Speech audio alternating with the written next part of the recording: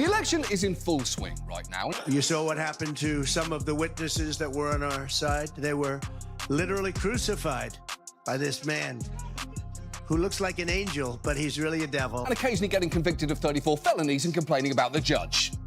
But as massively flawed as Trump is as a candidate, husband, boss, father, and human being, I will ask Congress to pass a bill establishing that the only genders recognized by the United States government are male and female, and they are assigned at birth. he is currently slightly ahead of Biden in the polls, so there is a pretty good chance he could be back in the White House next. Guess who has returned, poised to evoke cringes across America once again?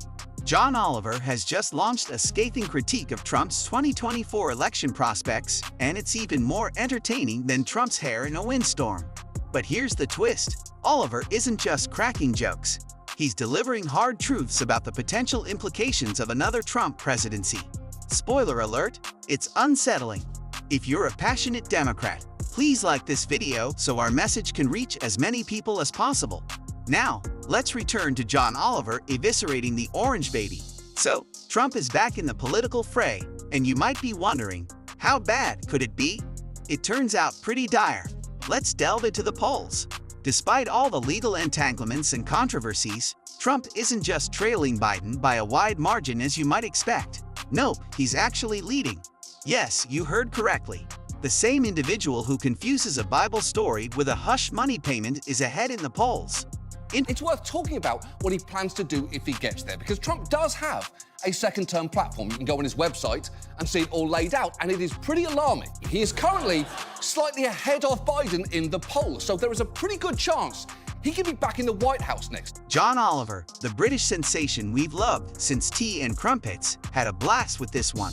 He highlighted that Trump's campaign blends your standard election fare with a sprinkle of felony convictions. No biggie, right? Wrong. It's akin to entrusting surgery to a raccoon. Sure, it has small hands, but do you really want it poking around inside you? But here's the kicker. Trump isn't just slightly ahead. Despite demonstrating a grasp of basic concepts that rivals a concussed goldfish, he manages to lead.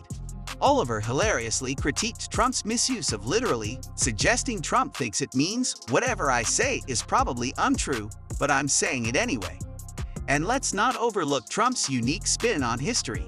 Oliver joked that if you quiz Trump on Jesus' crucifixion, he might mistake it for one of his own hush money scandals. Okay.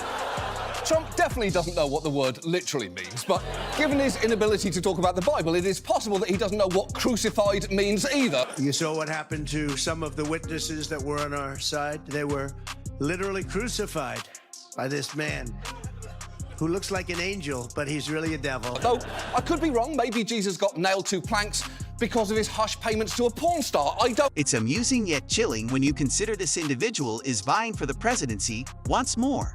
You might think, surely it can't be that serious. However, Oliver isn't holding back. He likened Trump to a hamster in an attack helicopter.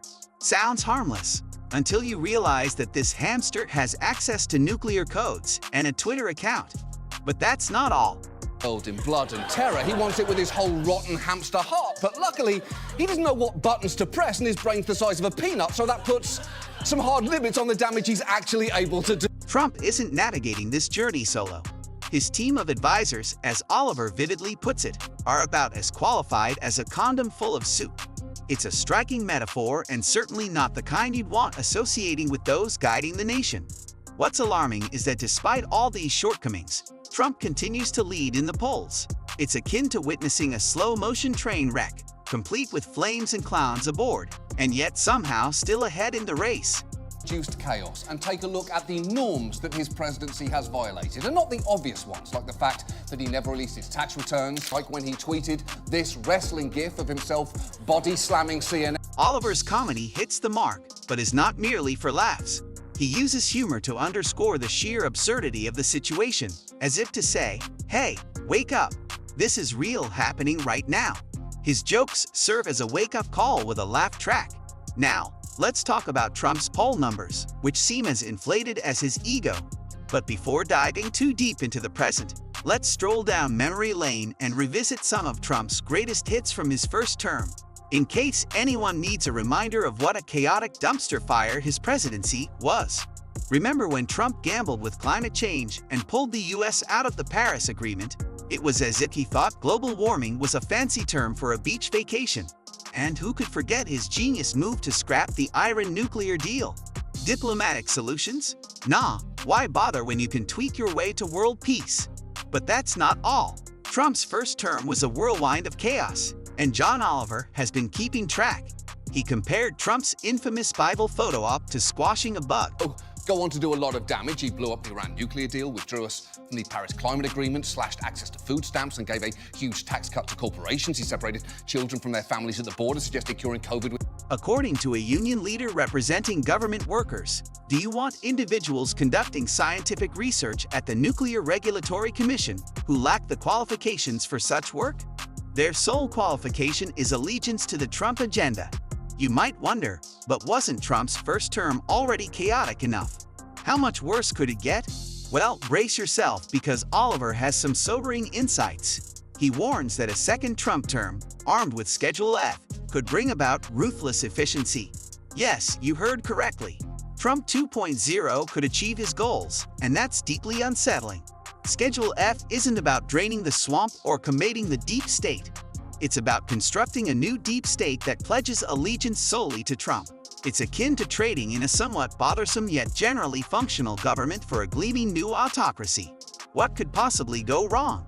And here's the kicker.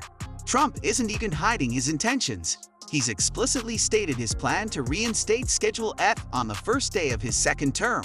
It's as if he's looked at the dumpster fire of his first term and decided, you know what this needs? More gasoline.